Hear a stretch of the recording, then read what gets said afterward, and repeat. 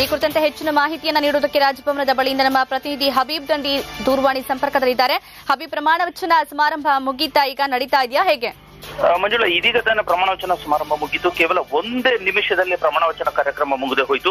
10:03 ಪ್ರಮಾಣ ವಚನ ಶುರುವಾಯಿತು. 10:04 ಪ್ರಮಾಣ ವಚನ ಮುಗಿದು ಹೋಯಿತು. ಸಂವಿಧಾನದ ಹೆಸರಿನಲ್ಲಿ ಉಪಲೋಕಾಯುಕ್ತರಾಗಿರ್ತಕ್ಕಂಥ ಚಂದ್ರಶೇಖರ್ ಅವರು ತಮ್ಮ ಒಂದು ಪ್ರಮಾಣ ವಚನವನ್ನು ಸ್ವೀಕರಿಸಿದ್ರು. ರಾಜ್ಯಪಾಲ ಹಂಸರಾಜ್ ಭಾರದ್ವಾಜ್ ಅವರು ಅವರಿಗೆ ಪ್ರಮಾಣ ವಚನವನ್ನು ಬೋಧಿಸಿದ್ರು.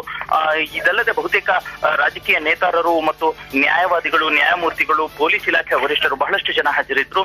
ಲೋಕಾಯುಕ್ತ ಸಂಸ್ಥೆಯ ಬಹುತೇಕ ಹಿರಿಯ ಅಧಿಕಾರಿಗಳು ಕೂಡ ಈ ಒಂದು ಕಾರ್ಯಕ್ರಮಕ್ಕೆ ಸಾಕ್ಷಿಯಾದರು. ಮಂಜುಳಾ, ಚಂದ್ರಶೇಖರ್ ಅವರು ತಮ್ಮ ಕುಟುಂಬ ಸಮೇತ ಬಂದು ಪ್ರಮಾಣ ವಚನವನ್ನು ಸ್ವೀಕರಿಸಿದ್ರು. ಮಂಜುಳಾ, ಓಕೆ ಹಬೀಬ್, ಪ್ರಮಾಣ ವಚನ ಸ್ವೀಕಾರ ನಂತರದಲ್ಲಿ ಚಂದ್ರಶೇಖರಯ್ಯ ಅವರು ಏನಾದರೂ ಪ್ರತಿಕ್ರಿಯೆಯನ್ನ ನೀಡಿದ್ದಾರಾ, ಹೇಗೆ?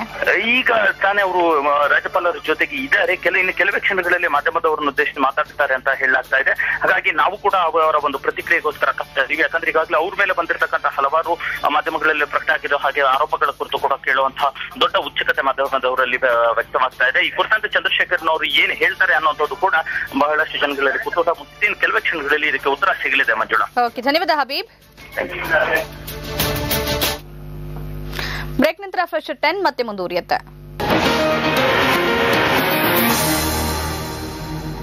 ವಿದ್ಯಾರ್ಥಿಗಳ ಜ್ಞಾಪಕ ಶಕ್ತಿ, ಏಕಾಗ್ರತೆ